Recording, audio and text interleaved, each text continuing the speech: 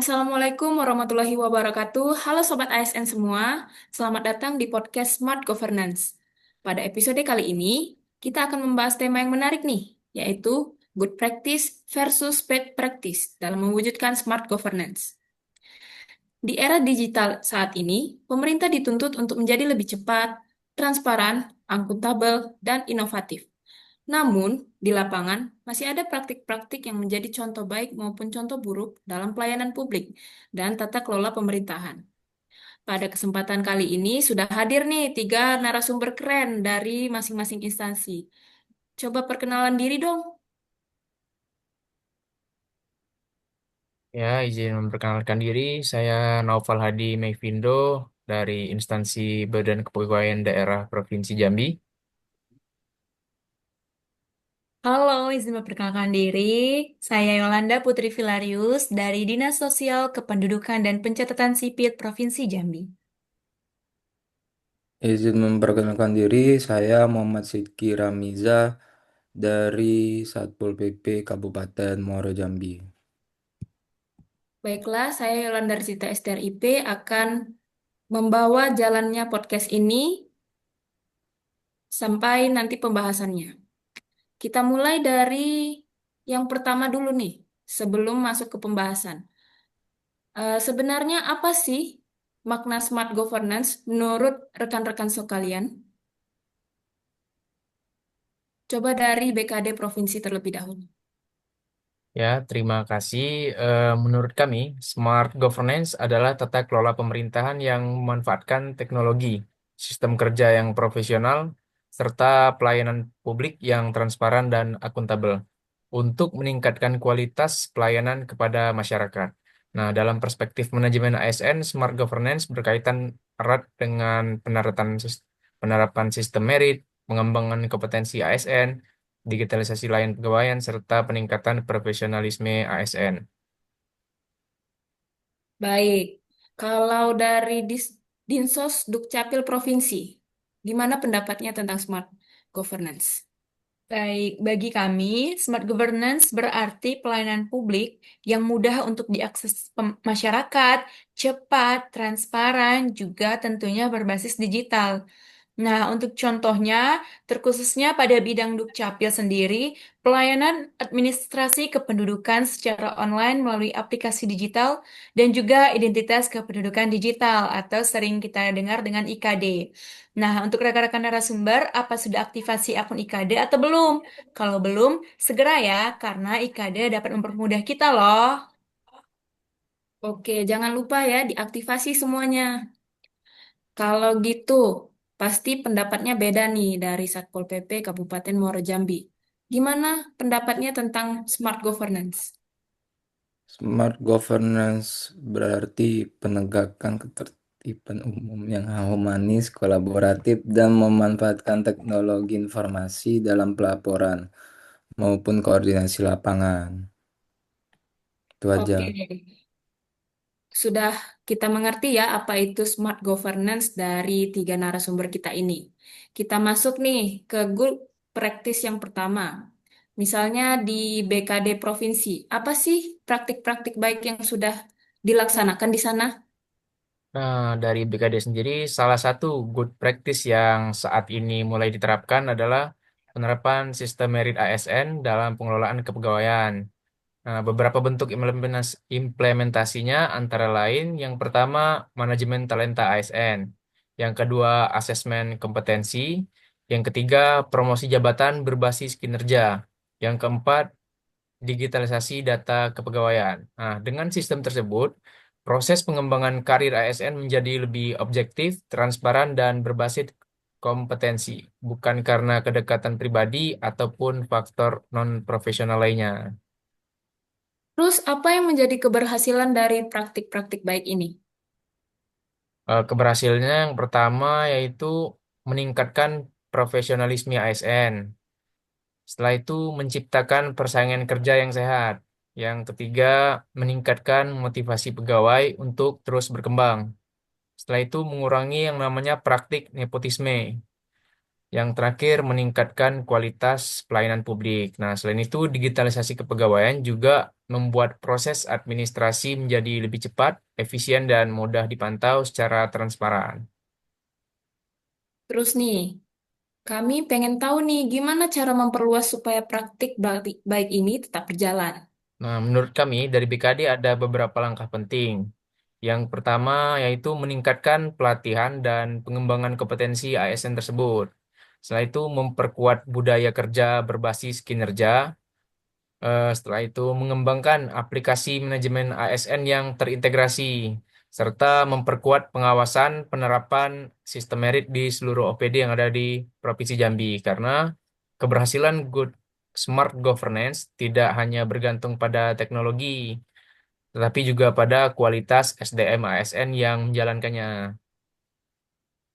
Baik, terima kasih atas pendapatnya dari BKD Provinsi. Kalau gitu, gimana ya pendapatnya dari Dinsos Dukcapil Provinsi? Apakah good practice sudah berjalan di sana? Nah, untuk good practice sendiri sudah berjalan dan good practice sendiri sangat terasa manfaatnya. Di antaranya pendataan dan juga verifikasi penerima bantuan sosial yang secara berkala dilakukan. Dan pada bidang Dukcapil sendiri, adanya digitalisasi pelayanan admin Duk. Karena masyarakat kini dapat mengurus KK, akte kelahiran, perubahan data secara digital, dan tentunya aktivasi identitas kependudukan digital yang diadakan secara online. Terus, apa sih dampak positif yang sudah dirasakan? Kalau untuk dampak positifnya tentu banyak ya. Di antaranya, pelayanannya jauh lebih cepat, kemudian mengurangi adanya antrian, menghemat biaya masyarakat untuk datang ke kantor, serta adanya peningkatan transparansi layanan. Selain itu, digitalisasi tentunya mendukung smart ASN yang inovatif juga adaptif dalam menghadapi teknologi. Terus, bagaimana ya agar praktik ini bisa terus berkembang? Nah, praktik ini dapat terus berkembang dengan cara dilakukannya edukasi kepada masyarakat. Kemudian adanya peningkatan keamanan data pada digital, serta adanya peningkatan kualitas aplikasi pelayanan publik. Baik, terima kasih atas pendapatnya. Saya juga mau dengar nih dari Satpol PP Kabupaten Muaro Jambi. Apakah good practice sudah berjalan di sana? Ya, good practice Satpol PP diterapkan agar kinerja lebih profesional, humanis, dan efektif. Yang pertama, contohnya penegakan perda yang humanis, mengedepankan persuasif dan edukatif sebelum tindakan represif. Yang kedua, kolaborasi antar instansi, sinergi dengan TNI, Polri, dan OPD yang berhubungan. Lalu pemanfaatan teknologi digital, gunakan CCTV dan bodycam untuk transparansi. Lalu pembinaan dan pelatihan personil, pelatihan komunikasi publik dan negosiasi. Dan yang terakhir adalah pendekatan preventif, pencegahan seperti sosialisasi perda secara rutin, edukasi ke sekolah, pasar, dan komunitas. Ternyata sudah banyak ya praktik-praktik baik yang sudah dilaksanakan di sana. Apa sih dampak yang sudah dirasakan di Satpol PP Kabupaten Muaro Jambi? Dampak positifnya eh, yaitu meningkatkan kepercayaan publik, mengurangi konflik sosial, penegakan perda lebih efektif, meningkatkan profesionalisme aparatur, dan mendorong tata kota yang lebih tertib. Terus apa sih cara-cara yang dilakukan untuk mengembangkan good practice di sana? Nah, cara agar praktik ini tetap berkembang, perlu adanya komitmen pimpinan daerah, dukungan dari kepala daerah sangat menentukan. Kebijakannya harus konsisten, tidak berubah-ubah, memberikan contoh kepemimpinan yang humanis. Lalu, evaluasi dan inovasi yang berkelanjutan. Tidak berhenti sampai di situ saja, harus terus berinovasi dan dilakukan evaluasi. Lalu yang ketiga, penguatan kapasitas SDM seperti pelatihan berkala, studi banding ke OPD daerah lain, pembinaan mental dan etika. Baik, kita sudah dengar ya dari tiga narasumber tentang good practice yang sudah dilaksanakan di instansi masing-masing. Kalau ada good, pasti ada bad. Kita tidak menutup kemungkinan adanya bad practice yang masih dilakukan atau kerap dilakukan di instansi ataupun pengalaman atau di media sekalipun. Eh, kita mau mulai nih dari bad practice. Saya penasaran kalau di Dinsos Dukcapil apakah ada praktik yang perlu kita hindari di sana? Kalau untuk bad practice-nya itu masih ada keluhan-keluhan masyarakat ya. Tentunya terutama terkait website pelayanan yang membingungkan, juga informasi pelayanan yang tidak jelas, serta petugas yang kurang responsif. Nah, keluhan-keluhan seperti ini banyak ditemukan di media sosial dan juga forum masyarakat. Apa sih penyebab dari kegagalan itu? Kalau untuk penyebab kegagalannya sendiri, itu tentunya karena kurangnya sosialisasi, kemudian kualitas aplikasi yang belum optimal, serta kurangnya budaya pelayanan yang prima. Apakah dari Dinsos Dukcapil sendiri sudah ada cara-cara untuk mencegahnya? Kalau untuk pencegahannya sudah dilakukan pelatihan pelayanan publik, kemudian perbaikan sistem digital, serta kami melakukan evaluasi kepuasan masyarakat yang diadakan secara rutin. Kalau dari Satpol PP mungkin bisa memberikan pandangannya. Eh, bad prac- Bad practice Satpol PP itu seperti pendekatan represif yang berlebihan, seperti langsung menggunakan kekuatan tanpa tahapan persuasif, lalu kurangnya komunikasi dan sosialisasi. Jadi, penertiban dilakukan tanpa pemberitahuan, minim edukasi tentang perda, tidak ada dialog dengan masyarakat, lalu penyalahgunaan wewenang, tindakan di luar SOP, pilih kasih dalam penegakan aturan, potensi pungutan liar. Kalau dari em, penyebabnya, itu apa sih?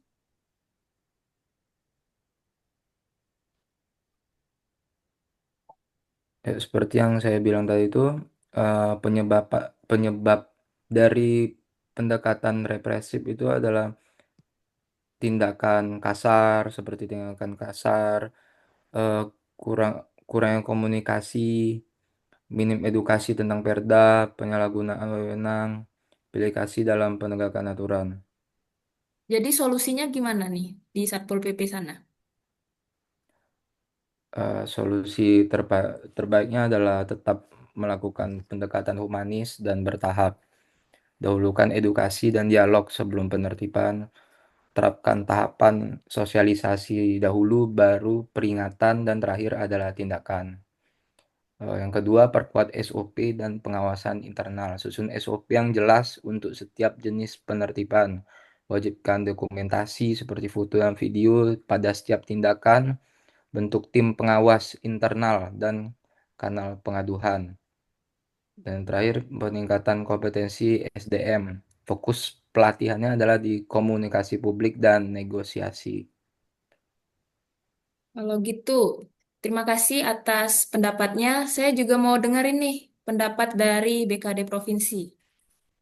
Nah, kalau dari BKD Provinsi sendiri, penyebab utamanya muncul bad practice dalam manajemen ASN, yaitu yang pertama kurangnya disiplin dan integritas ASN. Setelah itu budaya kerja yang masih nyaman dengan cara-cara yang lama. Setelah itu rendahnya kemampuan digital sebagian pegawai, tidak semuanya ya. Setelah itu kurang optimalnya pengawasan internal, pengawasan di dalam kantor tersebut. Setelah itu belum maksimalnya penerapan sistem berbasis kinerja. Nah, selain itu kurangnya komunikasi dan koordinasi antar bidang juga dapat menyebabkan pelayanan menjadi lambat dan tidak efektif. Nah, lantas bagaimana sih cara mencegahnya?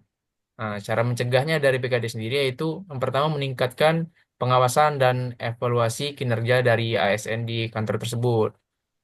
Setelah itu memperkuat penerapan sistem meritnya.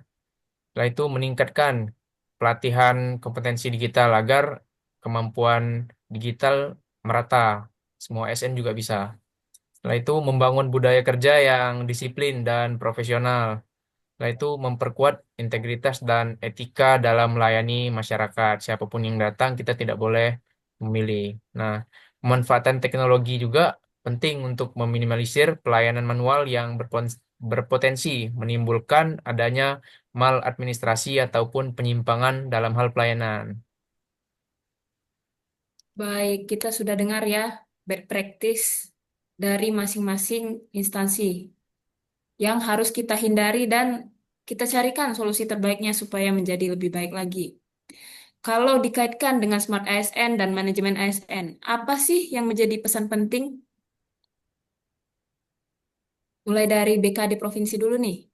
Nah, kalau dari BKD sendiri yaitu ASN masa depan harus menjadi smart ASN, yaitu ASN yang berintegritas, profesional, menguasai teknologi, mampu berkolaborasi, adaptif terhadap perubahan, serta berorientasi pada pelayanan masyarakat. Karena di era digital saat ini, masyarakat menuntut pelayanan yang cepat, mudah, dan transparan. Oleh sebab itu, ASN harus tetap meningkatkan kompetensi agar mampu menjawab tantangan-tantangan tersebut. Baik, kalau pendapat dari Dinsos Dukcapil nih, apa sih kaitannya? Kalau dari Dinsos Dukcapil sendiri, digitalisasi tidak cukup hanya membuat aplikasi, karena yang paling penting adalah pelayanan yang benar-benar memudahkan masyarakat. Kalau dari Satpol PP nih, apa pendapatnya? Karena kami fokus pada kegiatan lapangan, kolaborasi antar instansi sangatlah penting dalam mewujudkan smart governance yang lebih efektif. Oke, dari pembahasan kita yang panjang dan menarik ini ya, bisa kita tarik kesimpulan bahwa smart governance ini tidak hanya soal teknologi, tetapi soal integritas, profesionalisme, pelayanan publik, dan kolaborasi antar instansi. Good practice ini juga harus diperluas dan diaplikasikan, sedangkan bad practice harus menjadi bahan evaluasi agar pelayanan publik semakin menjadi lebih baik. Banyak terima kasih untuk para narasumber yang telah hadir pada podcast kali ini. Semoga kita semua dapat memperoleh manfaat dari podcast yang sudah kita laksanakan kali ini. Saya selaku host pamit undur diri. Mohon maaf apabila ada kekurangan dan wassalamualaikum warahmatullahi wabarakatuh. Selamat siang. Assalamualaikum warahmatullahi Waalaikumsalam warahmatullahi wabarakatuh. Wassalamualaikum Selamat siang. warahmatullahi wabarakatuh. Siang. Terima kasih siang. semua. Terima kasih Terima Terima semuanya. kasih kasih. siang-siang luar biasa.